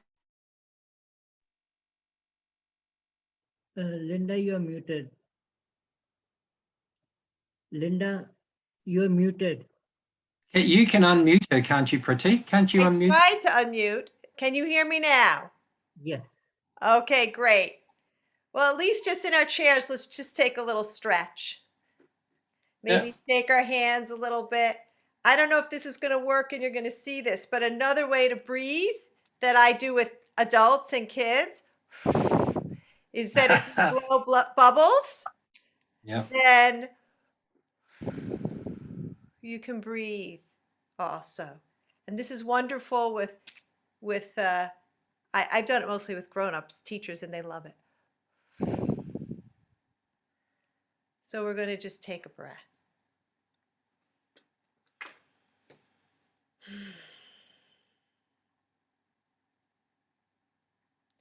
So history, you know, it was funny at the beginning of this, I completely forgot that many, many years ago, I was actually a history teacher in a middle school for many years. Completely went out of my head. And you know, it's not just his story, it's her story, it's their story, it's all of our stories. And my piece of this is to look at from our own personal story. Now, a lot of the work that I do with teachers in schools and with adults and in the systemic constellation work is looking at what's entangled behind us in our own family systems or cultural systems, and how to untangle that and take with us the love and the strength and leave behind us what's with them, because a lot of that kind of comes through. We're trying to, how many kids are trying to do something for their parents, even if it's unconscious, or take care of them if some trauma happened to them and they were not able to. And this is part of actually an innate biological that actually babies and infants can't survive without their parents. So it's kind of inborn in us to like make sure they're okay.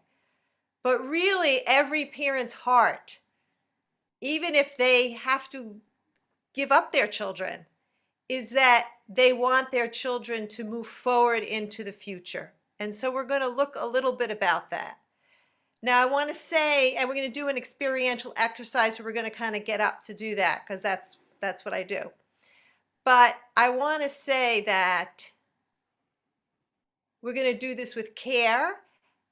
And if we need to step back from the process, we're going to do it. If we're going to stand up, we can do that, or in our mind's eye. The other thing I want to say is that doing this work, just as we felt people's deep, dense, I think about Charles writing these books after books after books, or the professor, or Marcus going here all over the world.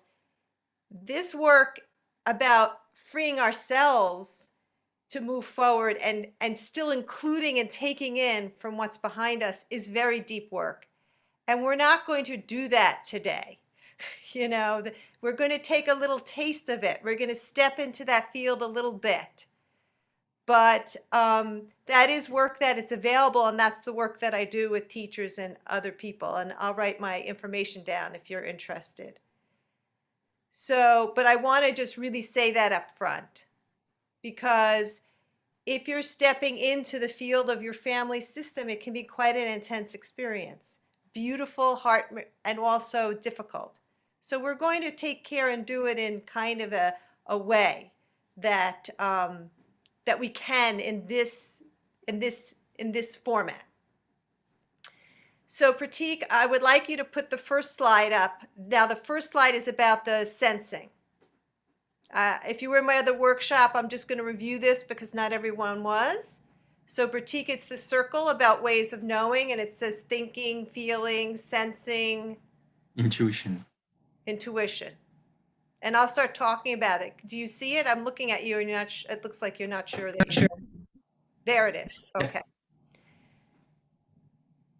So the work I do is experiential, and we're going to walk into a field like Jung calls this field the collective unconsciousness. I think of it as an energetic field or a field of microvita, and we're going to have some ways of getting knowledge and knowing. And people did this a lot. It's not just about thinking, because even in the most dense intellectual discussions from Justin, he talked about the heart and feeling. And that's a way of knowing, and a way I think those people were trying to know. And also sensing about how we're feeling in our bodies, and what kind of, if we come up to something that, as I said, if we're stepping in something and our body is saying no, follow your body. If your body's saying yes, go with your body. What the movement is. And also intuiting. And that's the flashes that come. For me, they usually come in a visual form. For other people, it may be words. For other people, it just may be thoughts. It's all different. And these things are all interrelated to each other. If you see with this, the circle, the opening is the intuitive part of it. Okay, so that's a review of that. Let's just take a breath.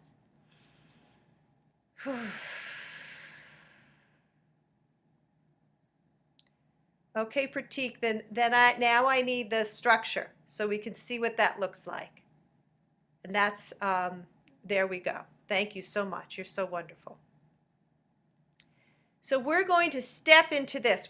I'm going to talk about it for a minute, and then I'm going to walk you through it and guide, but you can also do this in your own way also.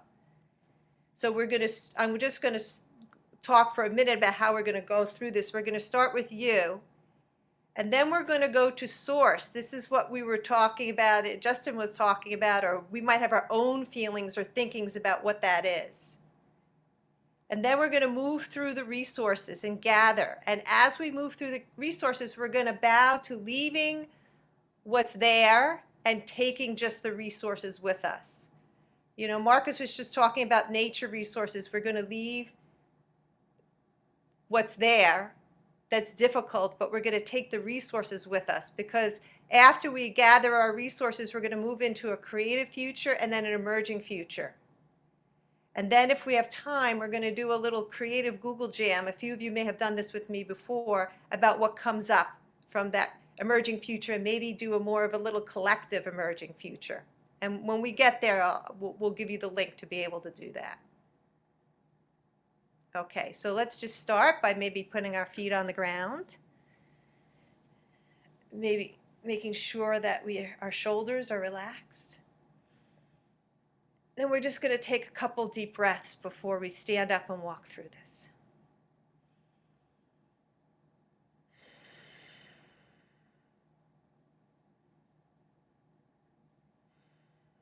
I'm feeling like I want to put my hand on my heart.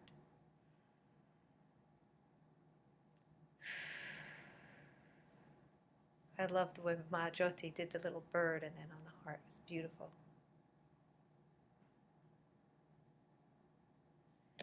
So let's start. And as we're starting, I'm looking over my shoulder and I'm seeing the picture of my mother, my grandmother, and my great-grandmother to come with me. So let's start with you. Find a place in your room, sort of in the middle of the room where you are. And let's just get grounded in you and breathe.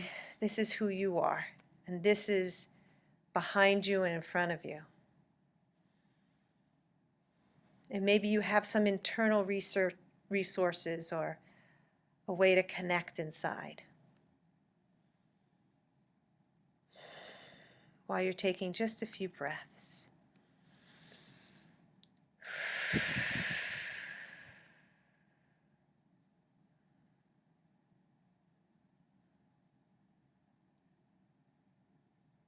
And let's start by stepping back into source.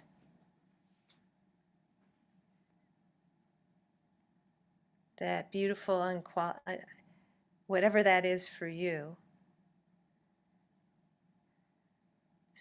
whatever resource that can come in for you for that.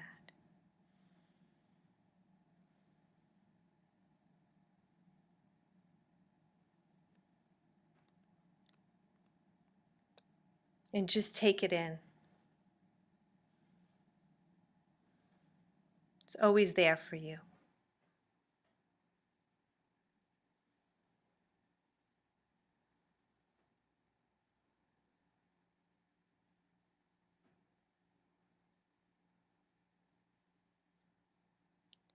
Darkness and light, expansion, and as you're breathing in and out.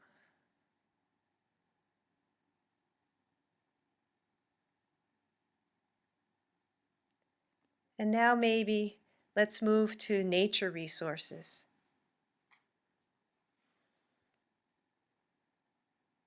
And the world we live on and the universe we live in. So many of us during this time have talked about being in nature and what a resource it is, and walking in the woods and on the beach or just on our front stoops, in the streets, a flower maybe.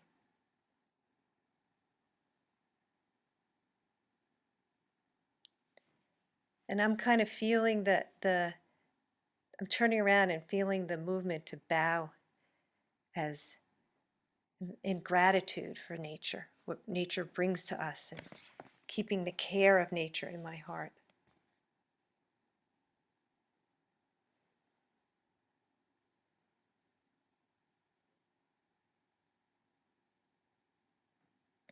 And we're ready. Let's move to inspirational resources on the other side.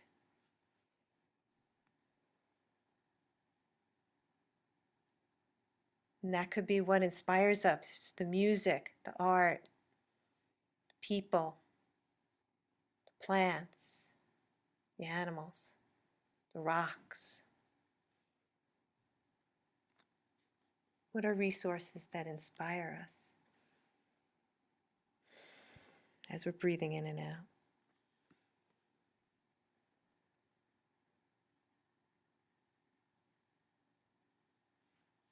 Again, I have this movement to turn around and to bow in gratitude to all the inspirational resources for me.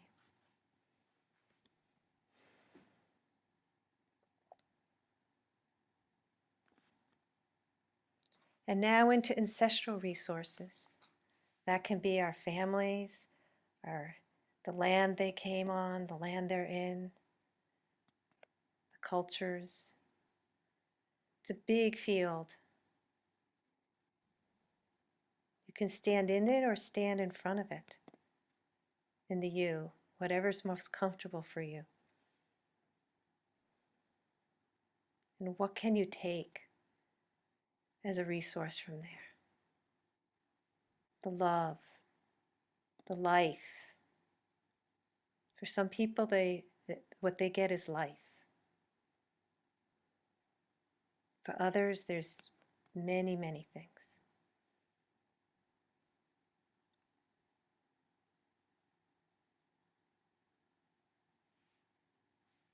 And this to me is a big bow to leave with my ancestors, what's theirs. And see them smiling at me, wanting me to turn towards my future. To leave with them what's theirs and take what will move me into a beautiful future for myself and family and the world, the universe. And now back to you again.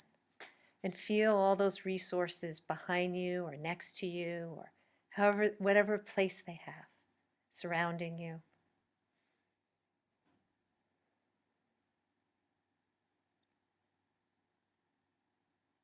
And you're leaving that place now to look towards the future. What kind of creative future? Maybe step into creative future. What is the future that resource with letting go from behind and moving into that movement? It might take a while to take that step into creative future. What comes? What's the sense, feeling, intuition about that?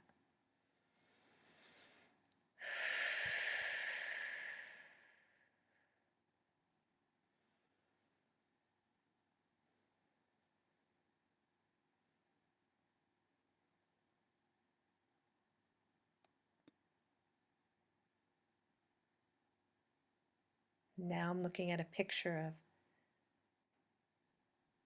very special spiritual teacher of mine.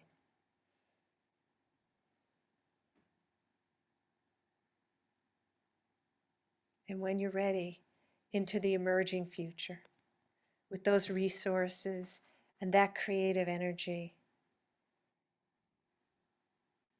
What's emerging for me in the future? What does that emerging future look like for me and my connection to myself and the relationships and my community and the world?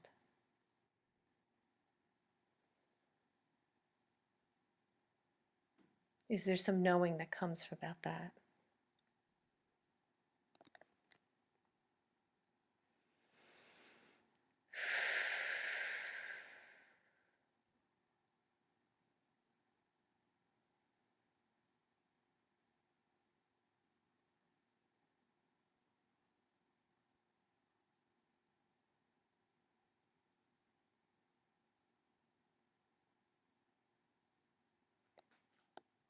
If you want to take one more step somewhere else, maybe in the you or the source, inspiration, kind of find your way out of the structure.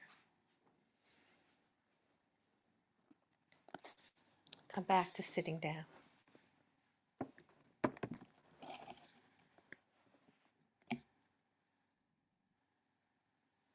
Because really, we're all in this collectively together. You know, we have our individual journey, but we're all in a collective journey also here, a global collective journey.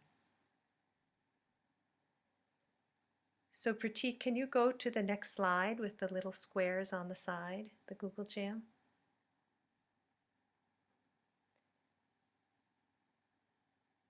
I'm going to give us just a moment to settle. And while we're settling, Pratik, if you would put the link in the chat.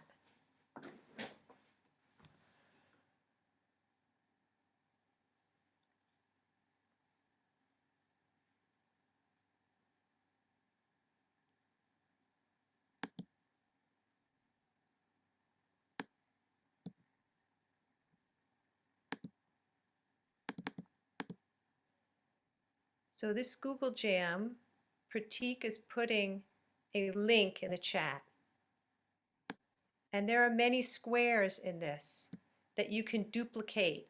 And it has a T because you have to put a letter in. So I'm inviting you to write a few words about your what came out for you for your emerging future.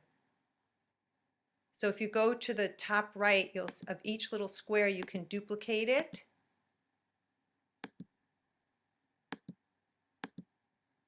Like I'm doing. And then you can edit it.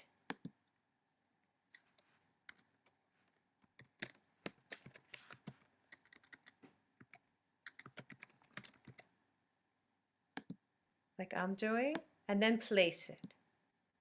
You could also take one over here, but just take one of these and duplicate it right on it and then place it. And let's see if we can place it so they connect.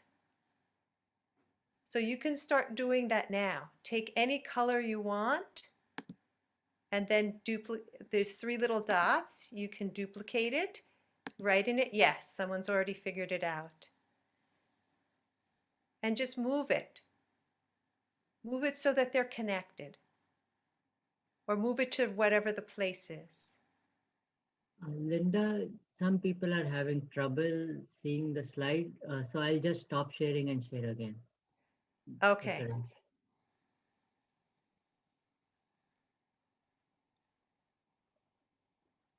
So if you're joining, if you go, yeah, right. If you go to the top right corner, you should see 3 little dots. Yes. Bright future. Yes. Deeper engagement with New Humanism as a tool for future orientation.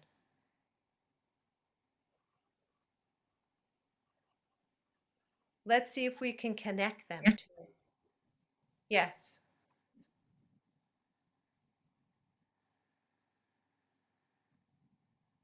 So you're going to have to put it in a browser. I've sent, see, right, here we go. There we go. You can make them bigger, you can make them smaller, however you want to do it. Also, there's a writing tool on the left, drawing tool. If you want to draw on it, you can draw on it also. There we go.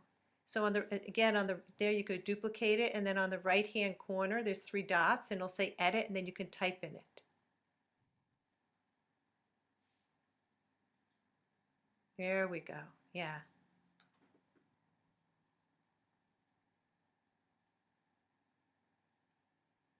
Humanity's entrance to relationship with nature. Take the best of our past.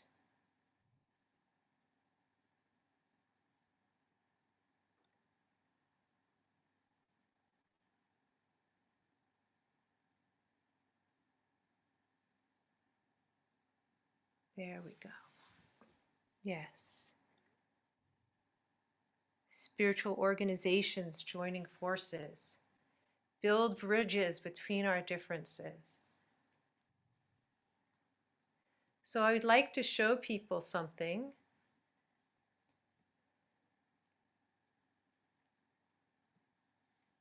Keep on writing and coming in and writing.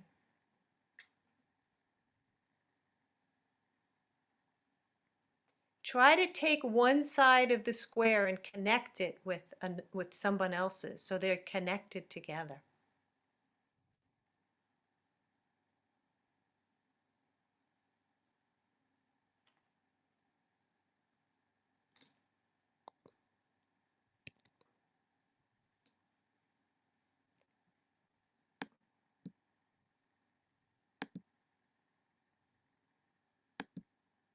You may have to exit full screen to get to your browser, I've noticed. Like, for example, I'm going to take mine and just put it right here, like this. Linda, Yeah. there's also like some people are doing on the first slide and some on the third slide.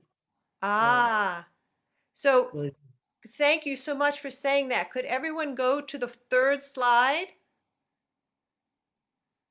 so is there a way to cut paste all of them and paste it into the third slide?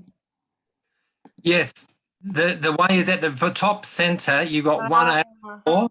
You click the little chevron on the right of 1 out of 4, and it will take you to the page that we're working on.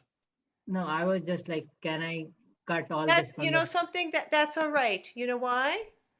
Because we have two going on, one on page 1 and we have one on page 3 going on. Great. So that's okay. Maybe what we can do is, can we delete page 2 and then we'll go right to from one to the other? We'll see.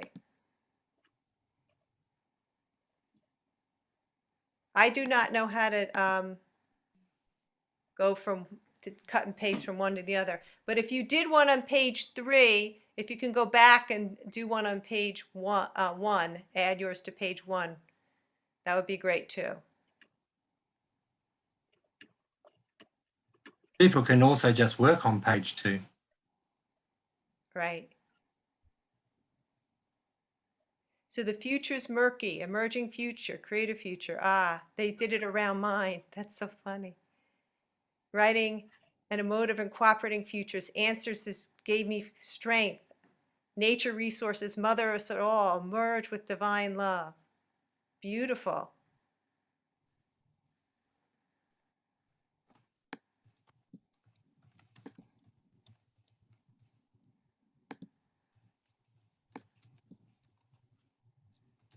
Opening to the unknown. Expansion. Felt nature in my mind.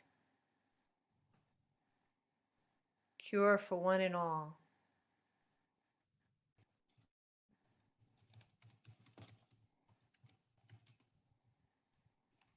Someone put a picture of the universe on page 4. We're kind of creating many of these together.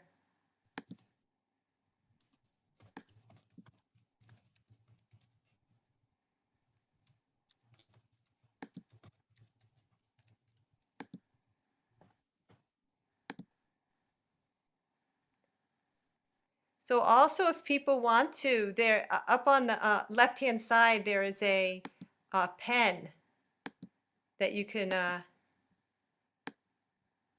draw with if you want.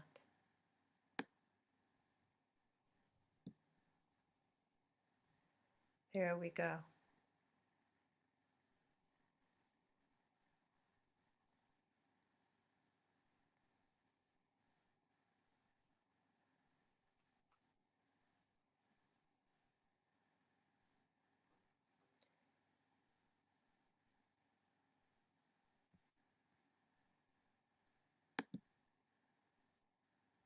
Someone's drawing a sun on page 4. It's great because we all have plenty of space Hmm. to work. spiritual organization, joining forces. Love is the source, building bridges between our differences. I'm going to move dance in his divine bliss a little bit so that, oh, yeah, there we go. Maybe we can move that a little so it.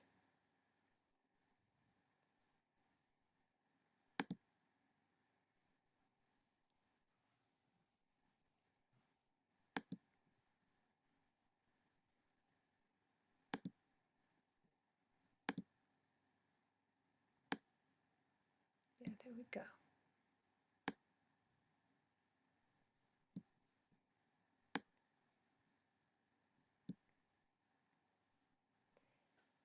So let's just look at the pictures on one, whoops.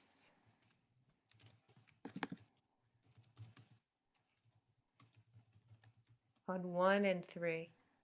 Oh, we're adding more images. Wonderful. Of the sun.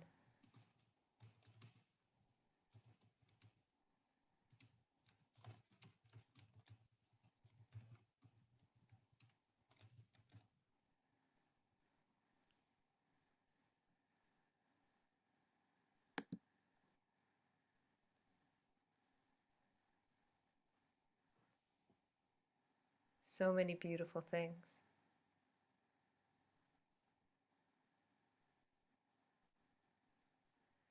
Well,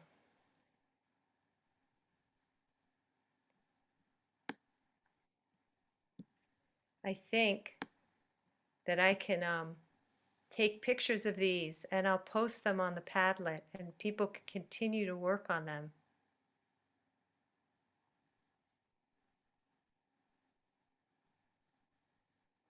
But we really have quite a, yes, I could see that someone's putting one right next to each other.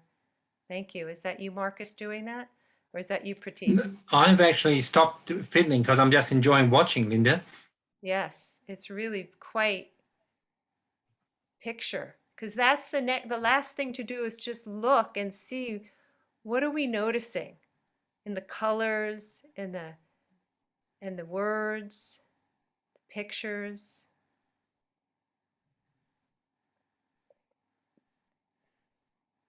There's a lot about nature. That's what I'm noticing. A lot Yeah. about future. A lot about hope and union, strength, love.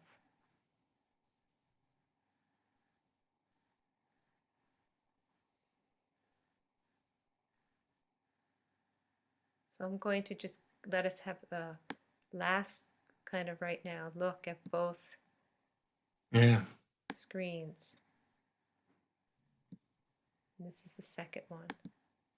Oops. Here we go. Is that showing up now? Yes.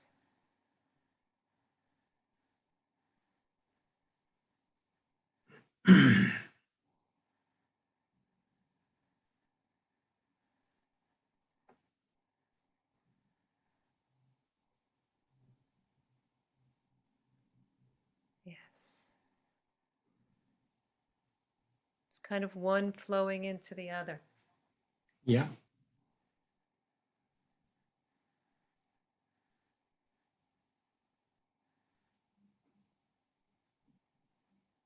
Thank you so much. Hmm. I'll certainly leave this open if people want to add to it, but I'll also take some pictures of it.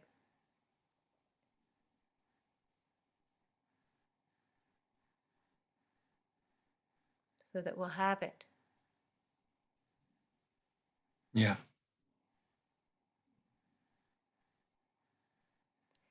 If there's anyone that wants to, we only have well, I don't know if they're supposed to go to 6:30 or 7, but it It's feels, 6:30 okay. on the program. Yeah. So we've really, right at the end, the time. I'd like to thank you, Marcus, for really holding this. Been a pleasure. I think we're a good team. We did well. And I'd like to really like to say I appreciate everybody's energetic input to our picture, the beginning of Yep. our picture to the future. Yeah, and we need to, of course, to thank Pratik for holding it all together at the technology side. Then without him, it would be not possible. Absolutely. You did a fantastic, flawless job. Pratik, you're the photographer, I think, for our session. Okay, I can take a picture. We really can extend a little bit more since the next session is starting at 4:15. So maybe we've got time for some feedback from the attendees, if that's the case. Yeah, I mean, formally, let's conclude the session, but informally, if people want to stay, they can stay for a bit and ask questions. I would like to know, actually, if when everyone was looking at the pictures, there's something that they noticed, something that came into them to notice about the picture as it was sort of forming. And if you could just unmute and talk if you want, is there something that you want to share about that? Something you noticed? Or you could type it in the chat.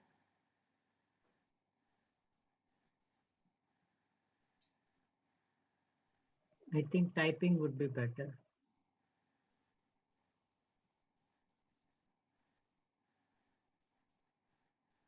This thing about noticing is that whenever I do these this is something from this activity came from activity in South Africa called Ubuntu, which is something that is used, I use a lot in my trainings with teachers and with everybody actually. And sometimes it's done with puzzle pieces where you draw on them, put them together, and then one of the really good parts of it is you ask people to notice about what does it look like? What are you noticing? And sometimes they'll say, oh, all the rainbows are there, or look, this looks like water all flowing to the front. And we can't really do the drawing so much. We can draw outside the squares, but in person, people really get into the art of the pieces. And then there's also this feeling of how we're all connected together. So it's not just the doing of the exercise, that's a piece of it, but then there's a piece about how you notice, what you're noticing about how you are collectively. Like I was noticing so much nature, so much, I felt this desire for us to have unity. That's what was coming through for me in looking at it. I was noticing so much love, yes. I was also feeling it, yes, I agree. I came to what I want to say yes to in my creative future.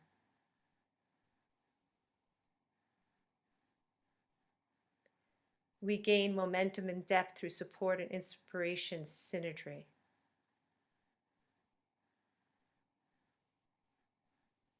So again, you can use all those ways of knowing when you're noticing. And I find that part for me is also a very important part. Because that's what develops a feeling of belonging and community and togetherness. Yep.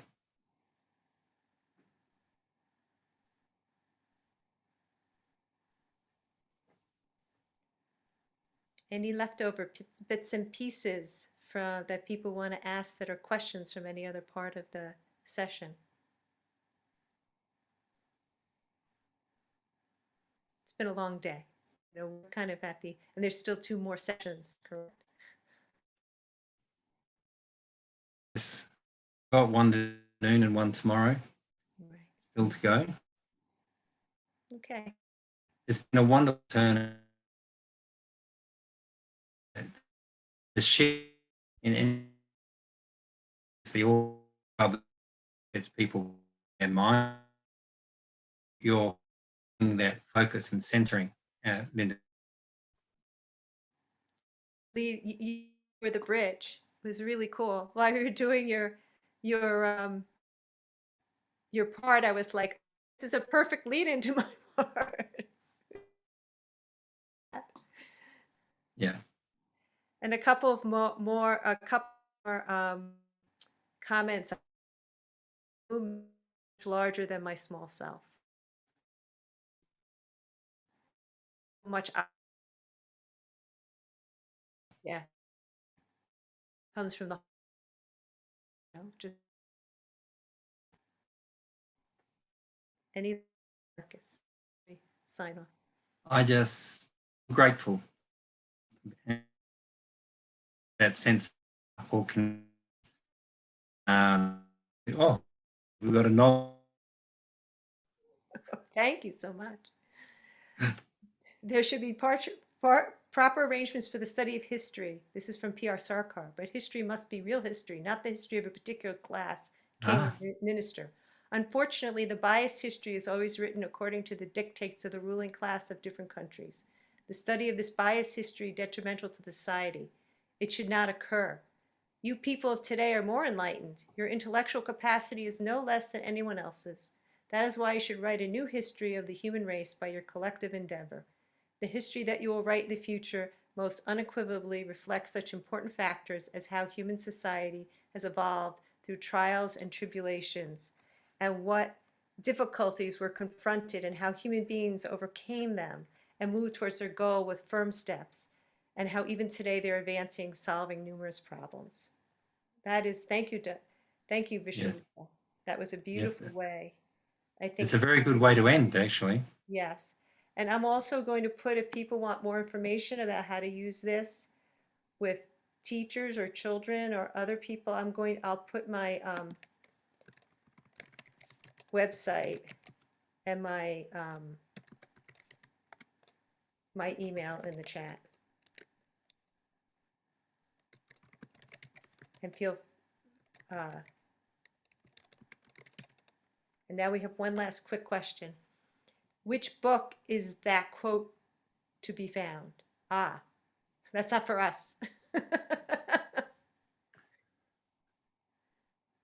I have been using now for some time, often an electronic edition, where you can search the entire works of P.R. Sarkar, and you just type in history. And this is one of the ones that comes up early because, of course, I went to this last year when I had to work with the East Timorese, and this section, I'm just going to recopy it here, is what I shared in my session with the historians that I was working with.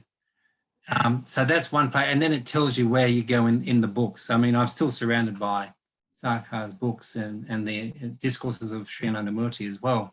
But it's, if you want a quick way, there you go. Oh, and Pratik has put it up. Few problems solved. You probably just searched it. Yeah, there you go. Love it. So it's all integrated. We even have technology helping us as well. We just have to ask the right questions. We have to always challenge our own assumptions, the biases that Sarkar is talking about there. And we have to constantly be looking for ways in which history enables a future vision that's positive and inclusive, acknowledges the trials and tribulations of the past, as he says here, but at the same time, leads us into a future where we're not bound by our history. We're not bound by the traditions of the past that link us to socio and geo sentiments and so on, that we can transcend those things. So history is a beautiful process in enabling all of that. That's my final word, and I want to thank you all, and I look forward to playing with you all again. So our next program, Pratik, starts when? So people know? At the 15 after or on the? Yes, at the 15 after, but please do join in 5-10 minutes early. We'll show an art presentation. Okay. So in about a half hour then? Yes. Okay, thank you so much. Enjoy your break. Thank you, everyone. Thank you. Thank you all. Thank you, Marcus, Linda, and yeah, and also for sharing great presentations of Charles and Justin. So thank you to them also. Yeah. Wish they could have been here. course, yeah, we miss them. It would really be nice if Justin and Charles could have shown their own presentations and videos. Yeah, I agree. Okay, I'm going to sign off. It's breakfast time for me. Yeah.